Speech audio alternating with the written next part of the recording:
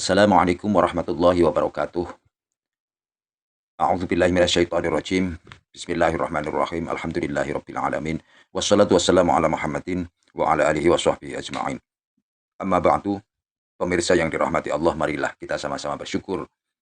Kita ucapkan alhamdulillahirabbil alamin. Kita panjatkan kehadirat Allah Subhanahu wa taala atas segala nikmat. Salawat dan salam semoga tetap dan selalu tercurahkan kepada Nabi kita Muhammad sallallahu alaihi wasallam. Pemirsa yang dirahmati Allah, marilah kita sama-sama ikuti dan kita dengarkan tausiah Mau'izatul Hasanah, uraian ilmu dari Kiai Haji Agus Mukhlason Rosyid, pengasuh Pondok Pesantren Jaya Baru Bangsal Mojokerto. Mari kita sama-sama mengikutinya. Untuk mencapai liqo dengan cepat ketika saat kita berzikir sebetulnya sederhana, tinggal kita mau atau enggak. Begini, ketika jenengan berzikir jahri atau zikir sir, sertailah fungsi daripada zikir sirul asror. Apa fungsinya sirul asror? Kalau kita ingin cepat langsung, lakukanlah dalam hati penghilangan rasa keakuan diri yang melakukan zikir tersebut. Lepaskanlah cepat ketika jenengan zikir keakuan diri sebagai makhluk yang melakukan zikir. Lalu tetapkanlah, tancapkanlah di dalam hati Anda, isbatkanlah bahwasanya munculnya zikir itu sumber dari yang esa. Sehingga dalam hati Anda nanti dengan sendirinya akan muncul namanya aku Allah. Mohon maaf loh ya. Ini di dalam hati loh ya. Di dalam hati. Rasa yang muncul dalam diri hati itu bukan rasa aku manusia yang berzikir, enggak. Rasa yang berkibar di dalam hati adalah rasa keakuan diri sang yang hidup itu nanti. Ini nggak usah lama-lama 5 menit 10 menit, nggak usah. Ini hitungan detik. Letaknya di mana? Ketika sudah tidak ada pengakuan kita yang melakukan sebagai makhluk, saat itu juga akan muncul pengakuan Allah. Ini caranya jikalau memang betul-betul ingin ketika saat berzikir jahri atau sirri itu bisa langsung dengan cepat liqo bertemu Allah di situ. Ingat, bertemu itu adalah bukan perkara nih ada dua unsur. Ini perlu dipahami loh ya. Dikatakan bertemu, dikatakan esa itu bukan karena ada 2 unsur, ada yang melihat, ada yang dilihat. Ada yang menghadap, ada yang dihadap. Bukan. Yang dikatakan makrifat bertemu Allah itu adalah ketika Anda kembali kepada asal kita. Kita makhluk asalnya kan tidak ada. Adanya kan diadakan oleh yang ada, yaitu Allah. Oke, berarti kita menyandang sifat tidak ada. Berhubung kita merasa ada, itulah sebagai penghalang. Tiadakan keadaan kita. Caranya tadi saya katakan, lepaskanlah keakuan diri kita yang melakukan sebagai makhluk. Kalau dikatakan sudah kita kembali, asal kita tidak ada, berarti nyatalah yang ada. Nyatalah yang ada, berarti siapa? Allah.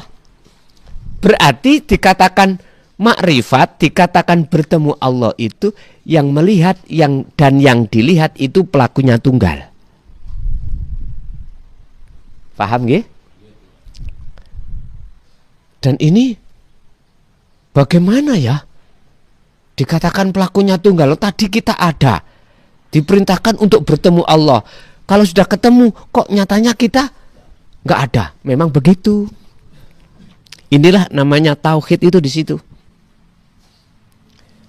Akhirnya yang ada cuman yang ada itu. Selain yang ada sudah tidak ada. Lah, sekarang tinggal rohaniah bagaimana sudah di alam itu. Barang siapa saat di dunia sudah di alam itu alam akhirat, Pak. Bahasa syariat dikatakan alam akhirat. Maka dia ketika saat meninggalkan dunia ini mesti husnul khotimah. Tidak insya Allah, mesti husnul khotimah. Jadi cara untuk mempercepat, langsung hati meniadakan diri kita yang tadinya berzikir, jahri, siri, tiadakan. Otomatis hidup itu akan bergelora dalam hati jenengan. Demikian sekilas info makanan.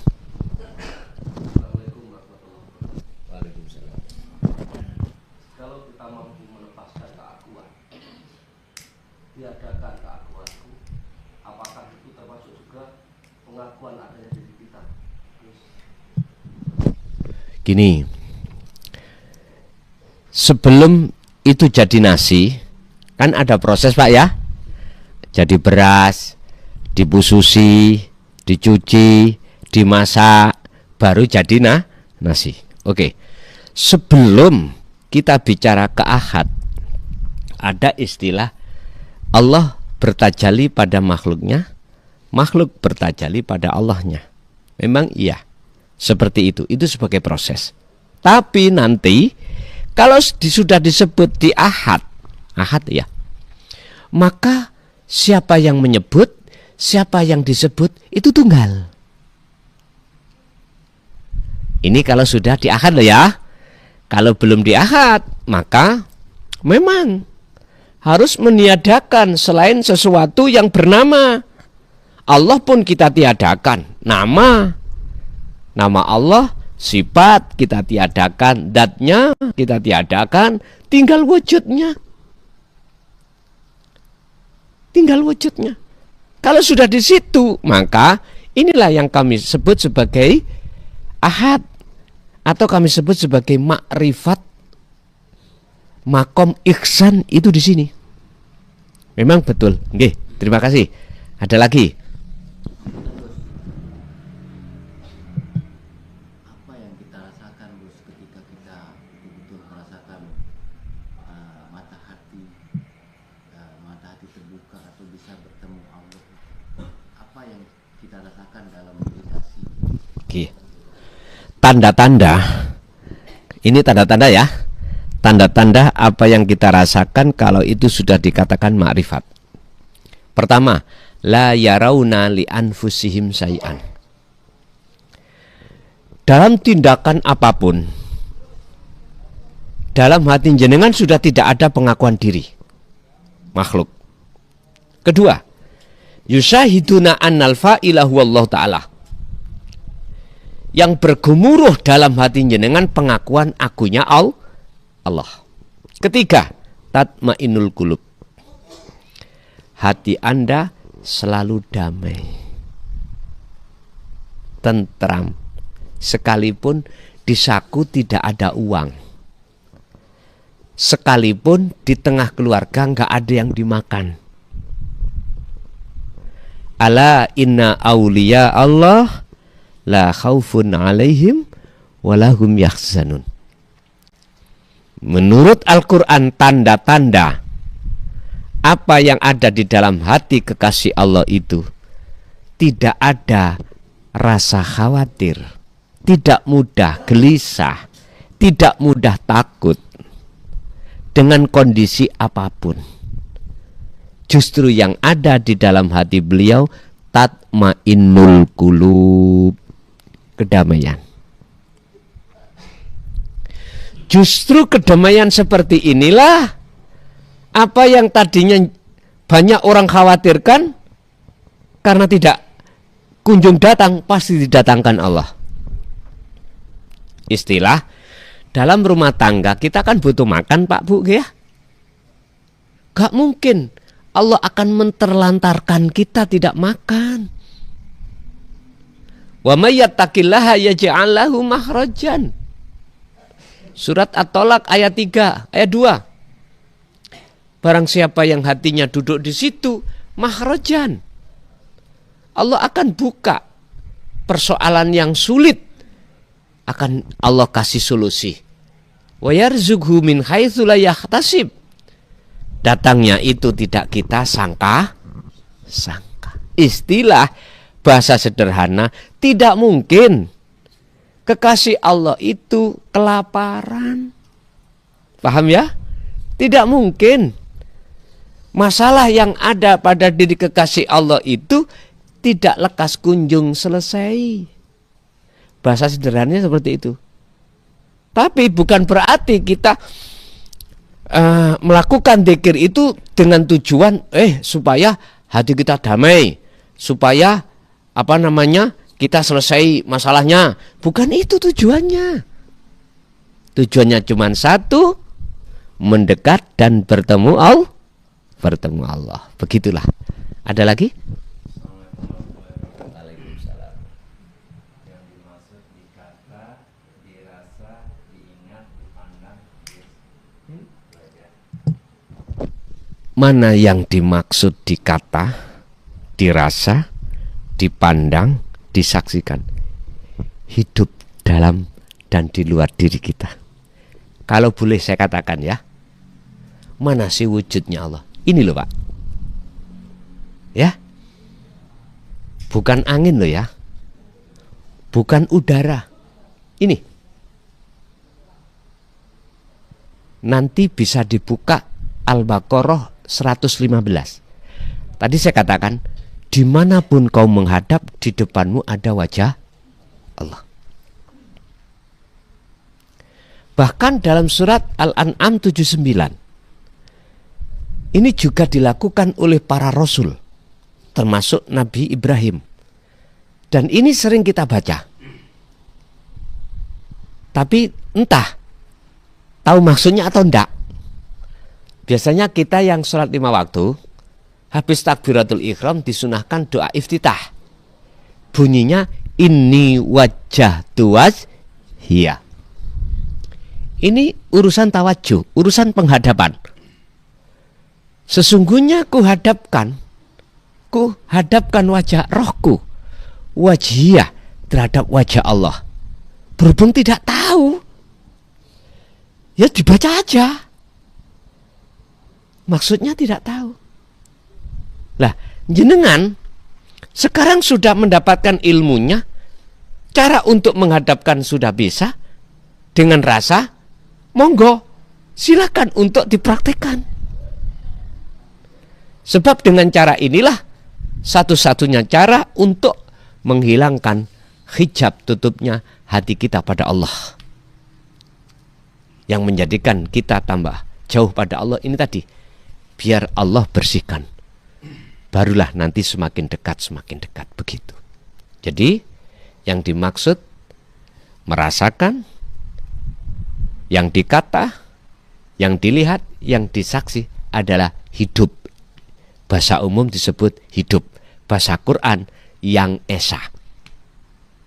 Dan itu ada di dalam dan di luar siapapun. Fi kulli mukawwanat khafiyun hayyun. Di dalam setiap diri makhluk apapun, di situ ada Allah. Wahwa wujudullah. Yang disebut khafiyun adalah sesuatu yang samar bagi orang yang belum tahu. Tapi bagi orang yang sudah tahu tidak samar lagi. Disebut apa? Al-hayyu, hidup. Bukan sifat, tapi hidup. Wahwa wujudullah. Itulah wujudnya Allah. Ada lagi?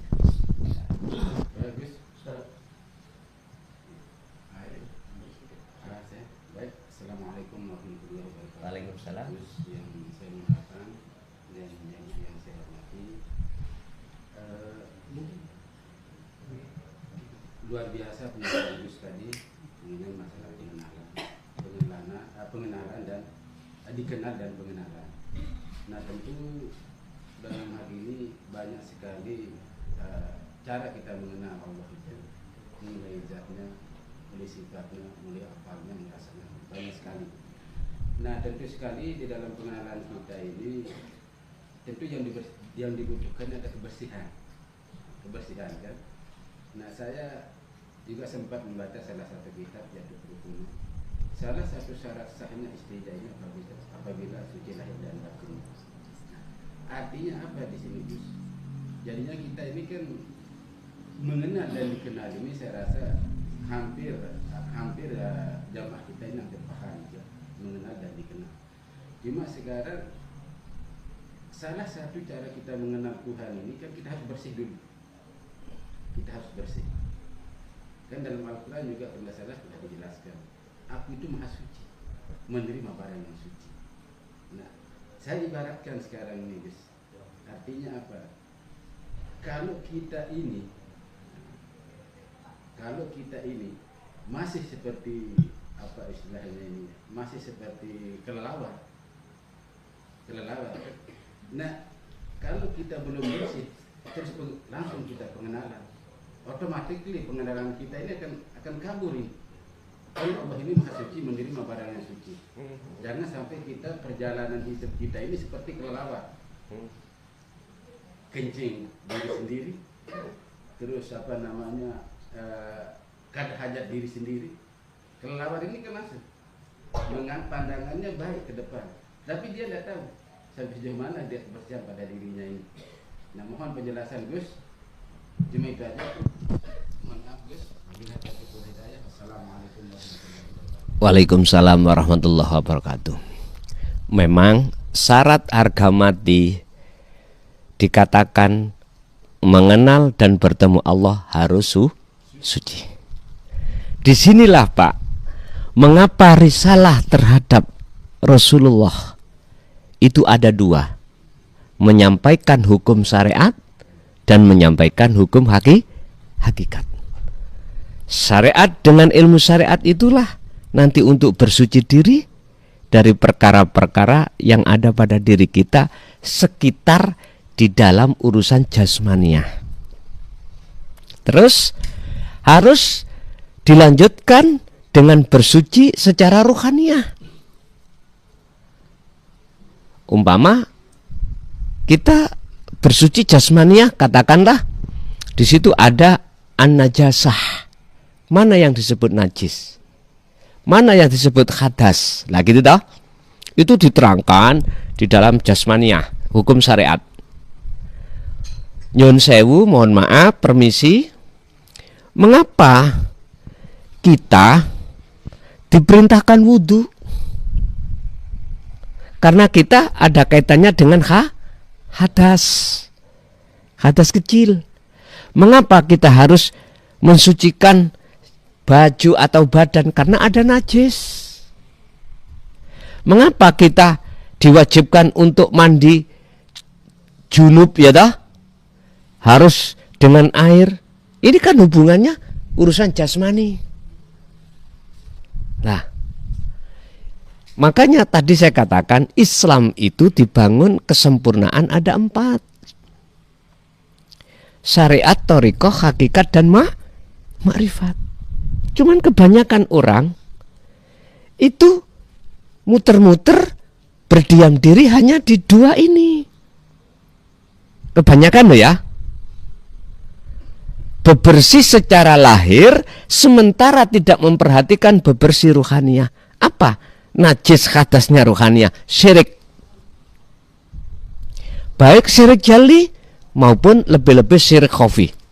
Ini jarang umat manusia memperhatikan. Sebab jikalau ini masih bersarang dalam ruhaniah seseorang, Allah tidak akan mengizinkan bisa bertemu. Makanya mengapa sih kita harus dididik dengan ilmu tauhid?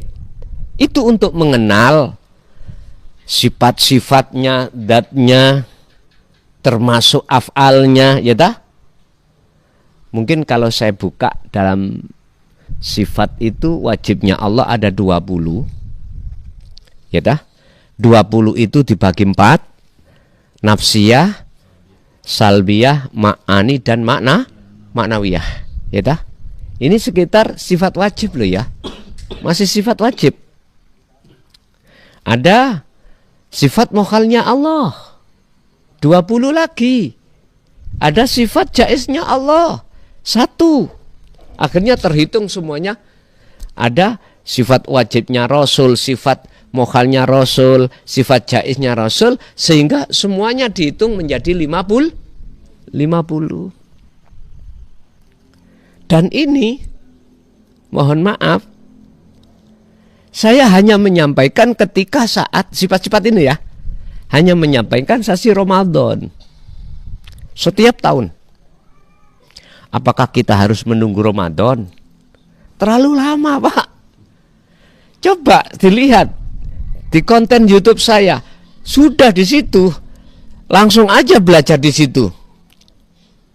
Sebab gini, Pak, saya setiap tahun ketepatan di bulan Ramadan itu saya tampung semua saudara saya dari unsur agama atau dari seagama di pondok saya sendiri sana selama kalau nggak salah 15 hari untuk mempelajari ilmu itu.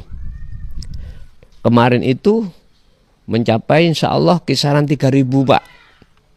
3.000. Dan itu semuanya free semuanya. Makannya sudah free, tempatnya free, semua free. Tinggal belajar dan seterusnya. Dan ini memang tugas yang saya emban, yang harus saya sampaikan. Lah, bagi jenengan yang tidak bisa hadir ke pondok, bisa langsung lewat live. Karena saya live di situ dari rumah masing-masing. Sama saja hukum di mata Allah. Nah, jikalau jenengan ingin mempelajari dengan detail sifat-sifat itu, bisa dibuka di channel kami yang resmi Ponpes Jaya Baru. Hanya itu. Mungkin sekarang sudah sampai mencapai berapa judul? 3.000 atau 4.000 judul sudah yang kami upload. Saya kurang mengikuti di situ, entah berapa ribu, saya kurang tahu itu. Yang jelas setiap saya ngaji ini saya live, tidak pernah ada yang saya potong. Nggak ada yang pernah saya potong. Sebab ketika contoh ngaji seperti ini ya, ini live langsung kita. Langsung live kita. Maksudnya begini, guys. Paham, saya paham. Gini tak teruskan. Silahkan kita itu bersuci secara dohiriyah, tapi lanjutkan secara ruhaniyah. Bagaimana kita cara mensucikan ruhaniyah dari syirik jali dan syirik khafi? Tadi dijawab di dalam surah Al-Kahfi ayat 110. Laksanakan terus-menerus kholwat dengan berzikir yang sudah kami sampaikan, baik zikir jahri, sirri, sirul asrar, fana'ud dzikri. Itu caranya. Sebab dengan begitulah nanti sedikit demi sedikit apa yang mengotori, menajiskan ruhaniyah Allah bersihkan. Sebab sebetulnya kita nggak bisa membersihkan sendiri kalau tidak Allah bersihkan. Hanya dengan melakukan, ini jawabannya ada di surah Al-Ahzab 4142. Tolong dibuka. Ya ayyuhalladzina amanu dzkurullaha dzikron katsiron. Jikalau jenengan kaligula tidak mau untuk kotoran itu mengena diri sendiri, maka lakukanlah zikir terus menerus. Jadi penghapusnya. Apa? Jadi penghapusnya. Jadi penghapusnya ada di situ. Jadi nanti jenengan tidak akan terbelenggu dalam alam kasaf. Tidak terbelenggu nanti. Anda akan bisa keluar dari penghalang yang disebut alam kasaf untuk menuju alam musyahadah. Ini nanti. Tapi jikalau kita tidak memegang dzikir yang kami maksud nafi isbat, peniadaan diri kita dan menuju wujud sejatinya Allah, pengakuan keakuan Allah yang kami sebut sebagai isbat, pasti siapapun kita akan terbelenggu dalam alam kasafah. Kalau kita sudah terbelenggu dalam alam kasaf, alam karomah, pasti yang muncul adalah takabur. Ngaku-ngaku kalau kita yang bisa ini, bisa itu. Ini yang bahaya. Inilah yang dimaksud menurut kami kotoran itu mengenai kita sendiri. Sebetulnya itu. Biar tidak mengenai kita, hilangkan kita. Hilangkan kita. Fanakan kita. Caranya apa? Udzkurullaha dzikron katsiron. Di situ ada kalimat perintah. Udzkuru, kalimat perintah. Ingatlah kau pada Allah, dzikron, dengan ingat yang sebenar-benarnya. Maksudnya dengan sebenar-benarnya apa? Terjadinya tahali ketajali, terjadinya penafian keakuan makhluk atas wujudnya, lalu munculnya wujud sejati, yaitu akunya Allah. Terus ini dilakukan bagaimana? Teruskan ayatnya 42. Fasabbih, lakukanlah kebersihan tersebut bukrotau wa asila, baik siang maupun malam. Tinggal kita mau ndak. Kalau memang kita tidak mau, ingin kena kotoran sendiri, apa yang dihadapkan Allah tidak kita aku-aku, lakukanlah dzikir nafi isbat. Titik. Tinggal kita mau jalankan atau enggak. Sebab wajib seseorang kalau sudah ditarik Allah di dalam alam musyahadah, dia akan zauq, dia akan zadab ruhaniyahnya. Disitulah konsekuensi kita. Apa sih jadab? Hati lalai terhadap selain Allah. Karena selain Allah sudah tiada, bagaimana kita akan tidak lalai? Loh gitu loh. Sebelum Allah menciptakan sesuatu, itu Allah sudah punya pandangan sendiri. Miturut pandangan Allah, tidak ada sesuatu yang Allah ciptakan kalau itu tidak berguna, kalau itu tidak bermanfaat, kalau itu dalam keadaan batil. Enggak. Cuman mohon maaf, gara-gara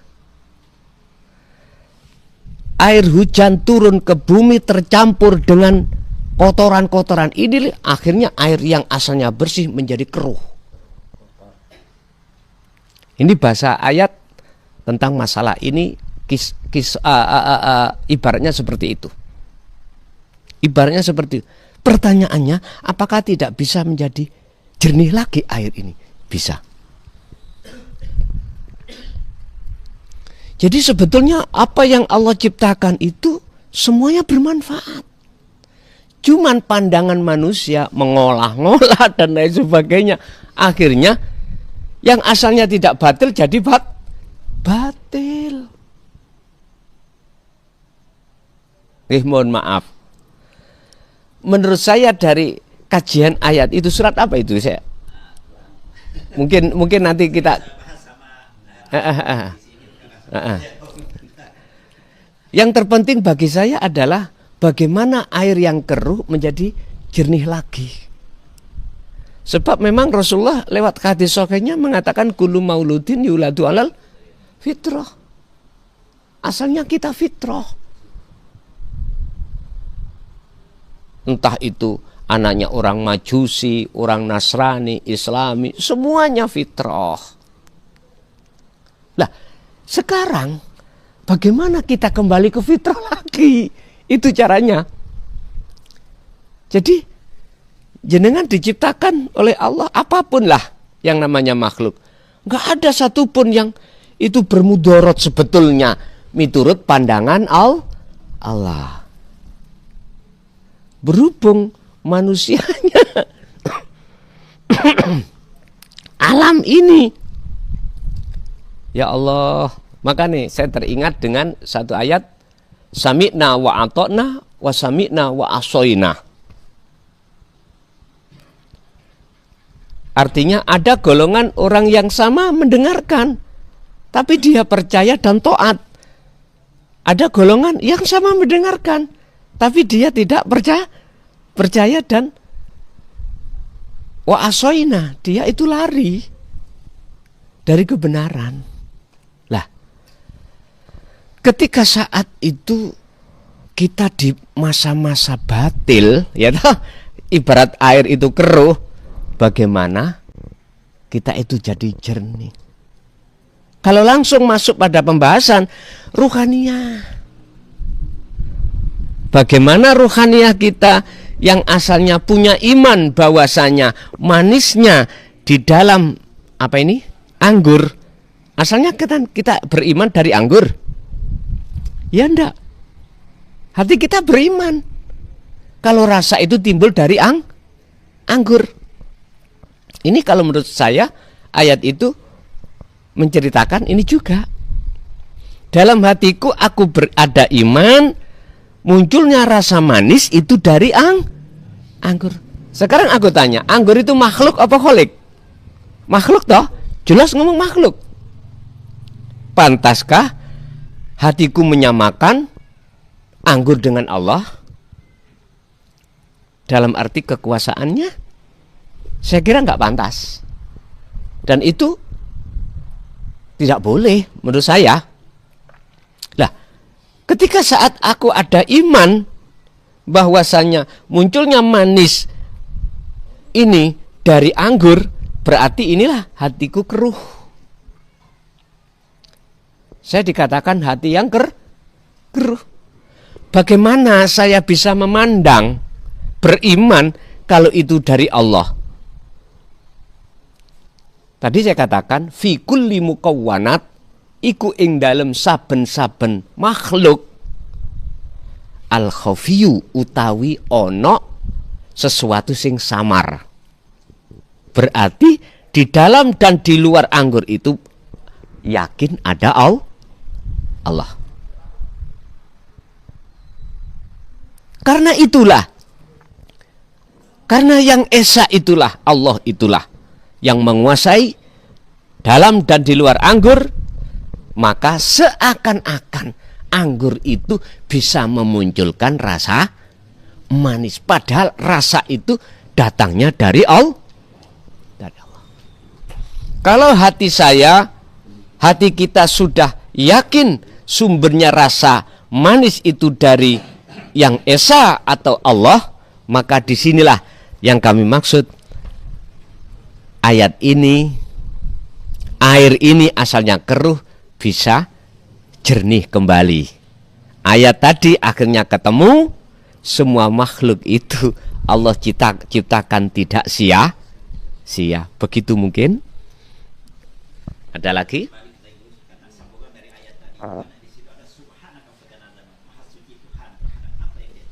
Okay. Nah, kalimat itu menunjukkan bahwasanya esakanlah Allah di dalam setiap keadaan. Saya ulang, esakanlah Allah dalam setiap keadaan. Sebab saya dulu sekitar tahun 90 insyaallah 90, saya bertemu seseorang yang saya anggap sebagai guru tauhid saya. Beliau di pondok Ringin Agung Kediri ya, mungkin ada yang kenal. Beliau, kalau saya memanggil Mbah Khozin, saya sempat diseneni. Kalau diseneni, dimarahi. Gini olehnya beliau memarahi saya.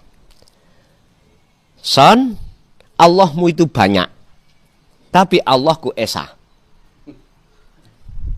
Coba, saya ulang ya. Son mukhlason, Allahmu itu banyak, tapi Allahku esa. Pada saat itu Pak, berontak Pak. Karena keyakinan saya Allah itu esa. Kok saya dicap menuhankan Allah banyak? Saya tanya, apa saja Allahku kalau Allahku banyak? Contoh tadi, misalkan ini anggur. Saya punya yakin rasa itu dari anggur. Sekali lagi, kita mengenal Rasulullah dihukum syariat sebagai pembawa syafaat. Rasulullah itu kan makhluk, ya dah? Terus hatiku beriman, datangnya syafaat itu milik Rasulullah. Berarti Allahku di situ. Belum esa. Di sini sama jangan. Padahal Allah menitipkan haknya Allah terhadap beliau Rasulullah tentang syafaat untuk diberikan terhadap umat. Tapi kita dulu ditekan untuk mengimani syafaat itu milik Rasulullah. Dan ini Pak Bu tertuang di dalam Al-Quran. Kalau nggak salah surah Az-Zumar, kalau nggak salah 44. Kul, katakan Muhammad, lillahi syafa'atu jami'an. Katakan Muhammad, lillah iku tetap kedue Allah opo as-syafa'atu, syafaat pertolongan. Muhammad katakan, pertolongan itu milikku, milik Allah. Jami'an, semuanya, apapun. Ini menunjukkan bahwasanya syafaat itu bukan hak milik Rasulullah. Itu hak milik Allah, cuman dititipkan terhadap Muhammad untuk umat. Sama dengan ini tadi. Saya sama. Oleh karena Allah meletakkan syafaatnya terhadap anggur, maka seakan-akan anggur itu mempunyai rasa manis. Padahal itu kalau kita luruskan milik Allah. Lah, berhubung hati saya itu beriman yang mendatangkan rasa manis adalah anggur, maka saya disebut Allahku satu ini. Belum lagi istri, anak, apapun. Itulah letaknya. Makanya di dalam situ ada pengajaran syuhudul wahdah fil kasroh. Apa? Masuklah ahad di dalam banyak. Biar kamu tidak menuduh Allah itu beranak. Biar tidak menuduh Allah itu banyak. Tapi biar Allah itu sesungguhnya ahad. Ini Pak. Terus caranya bagaimana? Kita masuk banyak tapi ahad. Yaitu tadi, kembalilah untuk terus menerus mengasah dzikir sadar diri tadi, bahwasanya segala apapun yang beraf'al itu hanyalah Allah. Akhirnya sedikit demi sedikit rasa pengakuan diri, nafsu makhluk ini akan Allah lenyapkan. Oke, lanjut. Ada?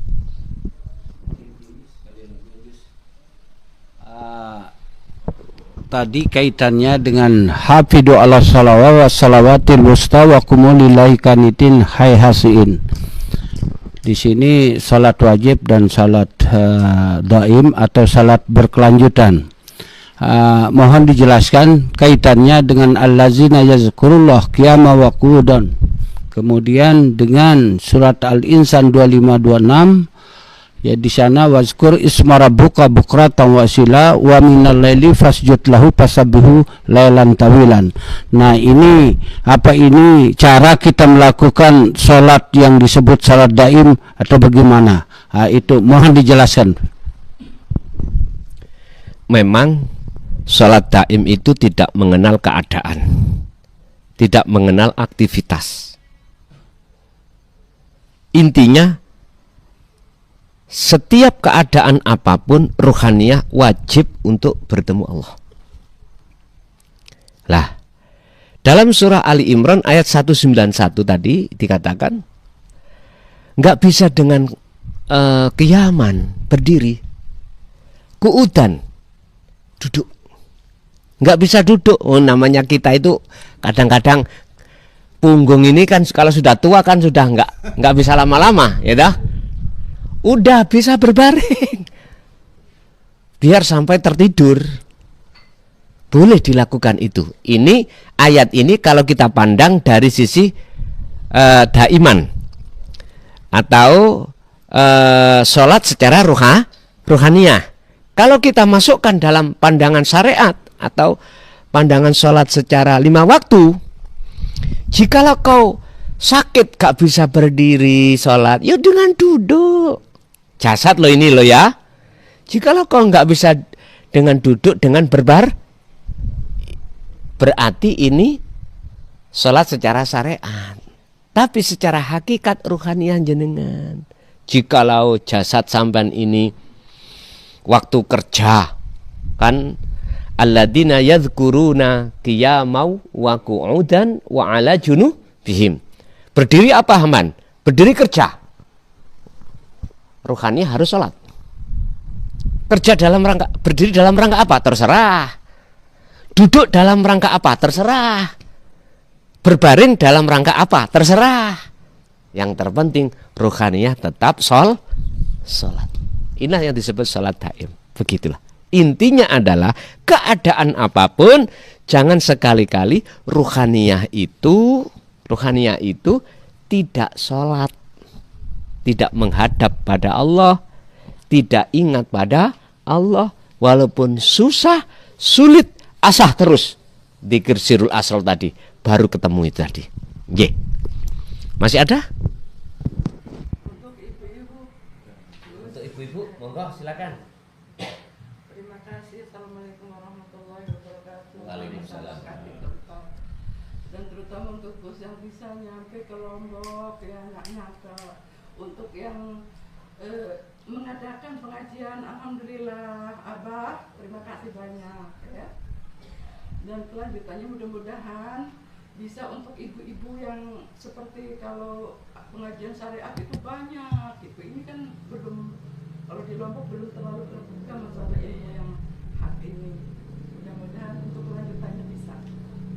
Itu terima kasih. Wassalamualaikum warahmatullahi wabarakatuh. Waalaikumsalam warahmatullahi wabarakatuh. Makanya saya tidak, iya, makanya saya tidak janji.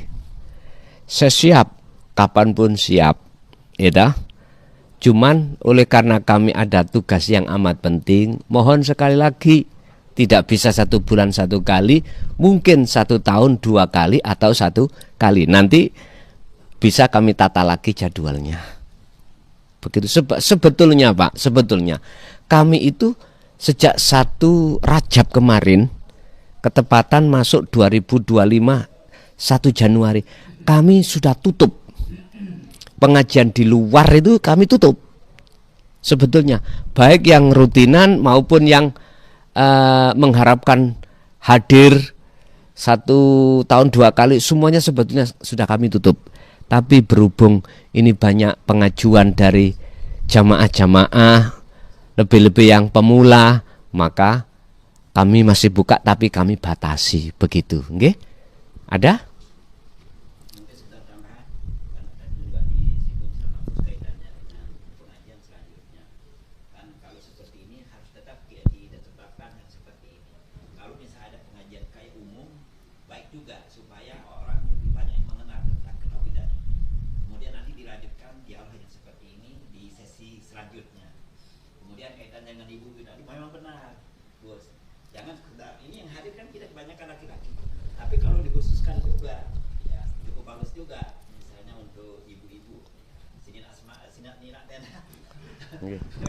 Penting juga. Kan Tauhidnya perempuan kita ini juga, ya kita jadi laki-laki jadi sasaran. Tauhidannya kurang. Iya. Saya juga siap, ataukah di tempat khusus atau umum, tapi cara penyampaian saya ketika khusus dan umum tidak sama, Pak. Ya, kalau secara umum saya harus giring mulai tahapan pertama. Kan orang itu butuh proses, Pak. Butuh pengenalan dengan bahasa yang sederhana dipahami, ya dah.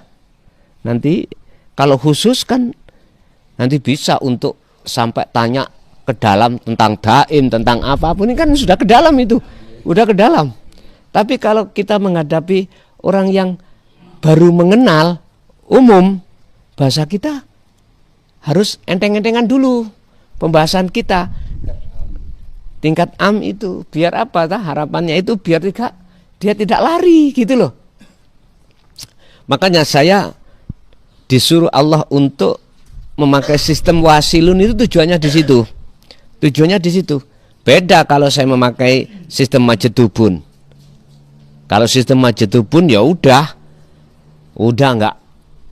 nggak pandang siapapun, jadi kita langsung the point aja. Itu sistem majedubun begitu. Tapi kami diperintahkan untuk memakai sistem wasilun, proses dari bawah ke atas ke atas ke atas begitu. Nggih.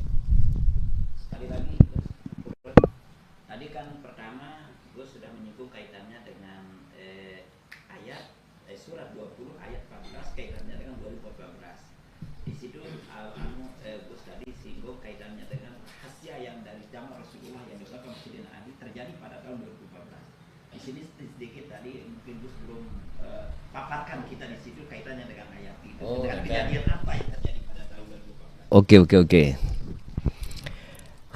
Di dalam surat Toha itu satu paralel dengan surat Al-Anbiya 25. Sama. Cuman lebih ditegaskan di dalam surah Toha ayat 14. Di situ disebutkan innani anallah la ilaha illa ana fa'budni wa aqimis shalah lidzikri.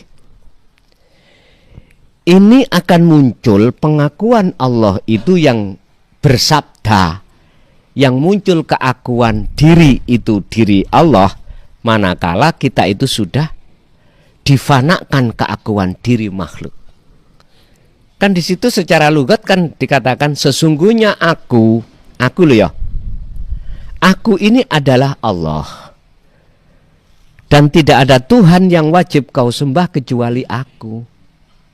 Oleh sebab itu, jagalah sholat ini semata-mata untuk mengingat aku. Aku loh ya. Aku siapa? Inilah yang nantinya kita kita urai. Tapi sebelum ke ana, di dalam Al-Quran itu kan tahapan tauhid ada 4. La ilaha illallah, la ilaha illahua, la ilaha illa anta, la ilaha illa ana. Syariat, thariqat, hakikat, makrifat. Artinya kalau sudah masuk ke ranah makrifat, berarti bahasanya ana. Bahasa anta sudah tidak ada, huwa juga tidak ada, nama Allah juga tidak ada. Tinggal ana. Artinya apa? Ini yang pernah disampaikan oleh Al-Halat, termasuk Siti Jenar, la fi jubati ilallah. Di dalam diriku tidak ada kecuali Allah. Di dalam bajuku itu tidak ada siapa-siapa kecuali Allah. Lah, ini kalau didengarkan orang yang tidak paham tentang la ilaha illa anta, runyam Pak. Runyam, akhirnya salah padahal yang berkata itu Allahnya, bukan Siti Jenarnya, bukan Al-Halatnya, intinya bukan makhluk. Yang berkalam itu, ana itu adalah Allah. Ini kalau tidak diproses betul dari anta, begini Pak, jadi rame. Ya inilah sebuah alasan mengapa para masyayikh, para sesepuh guru akhirat pada saat itu bukannya gak berani menyampaikan, enggak, menjaga hukum fitnah. Ini apabila disampaikan dengan terpaksa masih memakai bahasa isyarah, butuh butuh sarah, butuh penjelasan lagi, permatan per ayat butuh penjelasan lagi, tafsir lagi, begitulah. Jadi untuk membahas surah itu wajib mengalami kefanaan dulu. Tapi berhubung ini ilmu, walaupun belum kefanaan nggak apa-apa, kita bahas supaya nanti kalau kita sudah sampai pada poinnya kita nggak bingung. Santri dulu Pak melakukan dzikir itu pokoknya melakukan, nggak tahu ternyata iki sirul asror, Enggak tahu, gak dijelaskan masalahnya. Wis pokoknya kamu dzikir. Mohon maaf. Saya tahun 74 itu, saya ketika masih ibtidak kelas 4 itu ya. Itu Allah sendiri, Abah itu mewajibkan saya tentang dzikir sir itu satu hari satu malam 20.000. 20.000. Sama gendeng saya. Iya. Itu hanya sir, belum jahr. Hanya sir. Sehingga pernah ngalami saya itu alam semuanya itu bertasbih, mengucap Allah, Allah semuanya. Akhirnya nasi yang saya makan, sebelum saya makan itu mengucap Allah, nggak jadi. Air yang saya minum, mengucap nggak jadi. Ternyata ini alam kasaf. Berhubung nggak dijelaskan, dia bingung. Lah makanya menurut kami dengan sistem wasilun ini nggak apa-apa kita jelaskan walaupun itu sampai mentok loh Pak ya, supaya kita nanti ketika saat berjalan menuju itu nggak bingung. Jadi yang dimaksud innani anallah itu di dalam hati jenengan itu sudah kefanaan makhluk termasuk diri kita, barulah boleh muncul ana Allah. Itu otomatis Pak, akan muncul dengan sendirinya. Nggak bisa, jenengan tahan nggak bisa. Laksana orang yang melahirkan anak, waktunya hadir, apa namanya itu, hari kelahiran itu, hari waktu melahirkan, ibu-ibu bisa ngempet, apa ngempet itu, menahan, apa bisa menahan? Nggak bisa dah, muncul sendiri. Begitulah nantinya itu, laksana seperti itu. Ingat, jangan dianggap kejadian alam itu hanya ketepaan, enggak. Ingat, di dalam ayat yang bersifat Qur'aniyah atau kauniyah, ada Qur'aniyah, ada kauniyah. Ini ada ayat yang tersirat. Kauniyah itu berarti alam niki, Bu. Termasuk mengapa ya seorang ibu ketika melahirkan gak bisa ditahan. Itu ayat. Terus artinya apa? Maksudnya yang tersirat bagaimana? Makanya dulu mungkin canggah kita dulu ya, kan belum mengerti Quran, ya dah? Belum mengerti. Beliau diajarkan Allah lewat kauniyah, lewat alam. Lewat alam. Sehingga beliau itu bisa mengenal Tuhan itu lewat situ. Mohon maaf lah kalau ini masih berseberangan dengan teori syariat, ya dah? Mohon maaf, sungguh mohon maaf. Tapi aku yakin Allah menciptakan apapun sesuai dengan ayat yang jenengan, tidak pernah sia-sia. Itulah kauniyah. Sekarang umpama saya ditanya, pernahkah Rasulullah menyampaikan yang tersirat? Ya tolong dibuka surat Al-Anbiya ayat 25. Kalau itu nggak muncul, ila ana, gak mungkin Rasulullah mengada-ngada. Gak mungkin Rasulullah tidak menyampaikan. Artinya dengan kemunculan surat Toha ayat 14, surat Al-Anbiya ayat 25 itu membuktikan bahwasanya Rasulullah dulu juga menyampaikan. Kalau tidak menyampaikan, gak mungkin akan muncul ayat ini. Tinggal kita bagaimana, gitu aja. Tapi aku yakin sistem teori yang kami terima, siapa yang terdorong hatinya di jalan nafsu, siapapun kita tidak akan pernah percaya. Walaupun ada ayatnya. Siapa yang hatinya itu masih jadi budaknya nafsu atau terbelenggu, maka kita tidak akan mungkin langsung bisa mau menerima dengan hal itu. Coba dibuka dasar ini di dalam surah Al-Baqarah ayat 5 dan 6. Walladzina kafaru sawaun alaihim a'andartahum am lam tundirhum layu. Gak percaya toh? Dikasih tahu atau tidak, tetap saja. Akhirnya Allah bagaimana? Khatamallahu ala kulub, hati yang ditutup, bukan jasmani, bukan akal, tapi hati. dikunci oleh Allah. Ya sudah. Ya, mungkin ada lagi? Pulau lagi Gus, ini semakin dalam lagi rasanya. Kaitannya dengan ini syariat ini ada juga yang tidak tersentuh dengan syariat. Tetapi secara iman kan dia lahir dalam keadaan iman. Misalnya orang yang tinggal di tengah hutan sana, secara iman dia kan sudah iman. Betul. Dan dalam keyakinan seperti yang disampaikan Gus juga tadi itu, ya kita yakini bahwa mereka juga mengesahkan Tuhan juga dengan keyakinan pada saat itu sesuai dengan sumpah kita di dalam perut kita waktu kita kan kita bersumpah sehingga kita hidup lahir ke dunia ini kan kita bersumpah bahwa dia sebagai keesaannya kan seperti itu. Kaitannya sekarang kalau misalnya yang tengah hutan itu tidak karena belum sampai saja syariat ini kepada mereka kan seperti itu.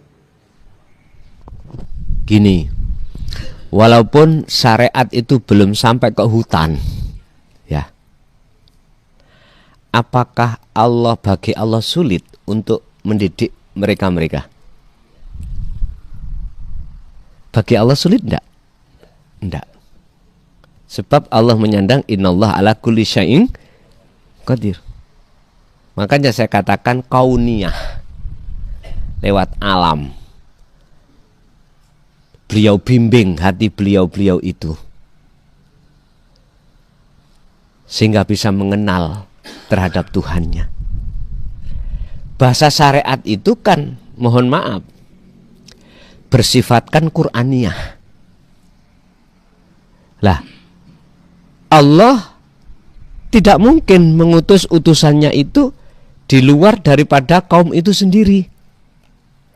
Pasti Allah akan mengutus satu utusannya disesuaikan dengan kaumnya itu sendiri.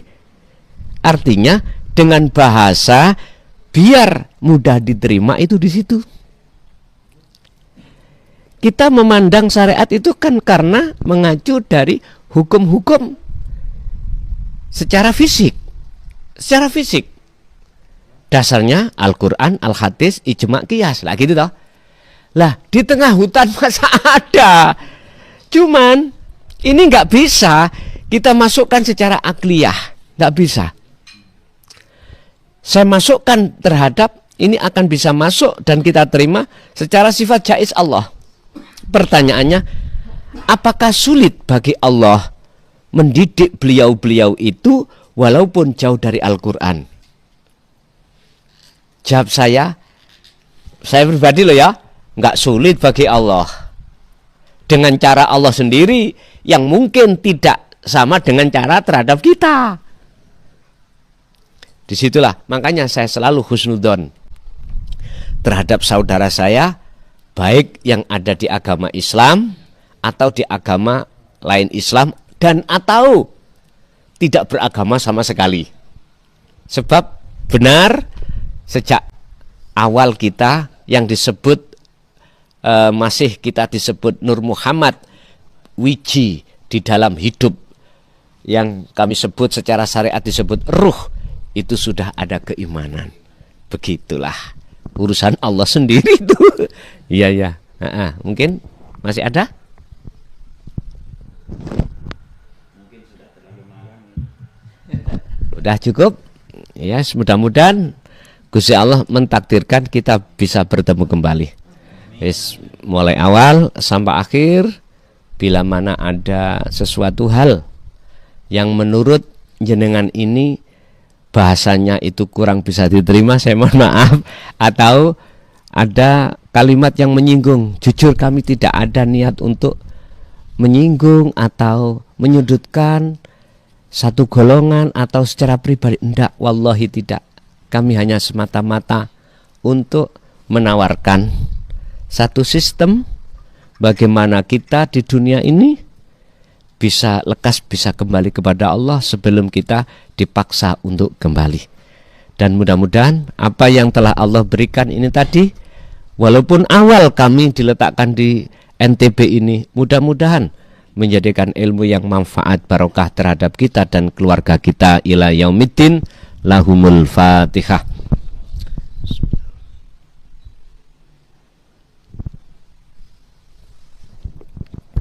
Allahumma salli wa sallim ala sayyidina Muhammad. Alhamdulillahi rabbil alamin. Ya Fatahu ya Alim, iftah lana bifutuhil arifin, iftah lana bifutuhil arifin, wa ila auladina wa azwazina wa dzurriyyatina wa ahli baitina wa jami'il mu'minina wal mu'minat wal muslimina wal muslimat wa ghairahum.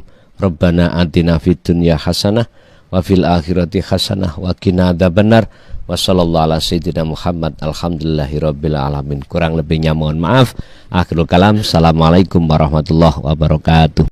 Pemirsa yang dirahmati Allah, begitu tadi uraian penuturan ilmu dari Gus Mukhlason Rosyid. Semoga apa yang disampaikan dan diuraikan tadi bisa menjadikan tambahan ilmu bagi kita semua.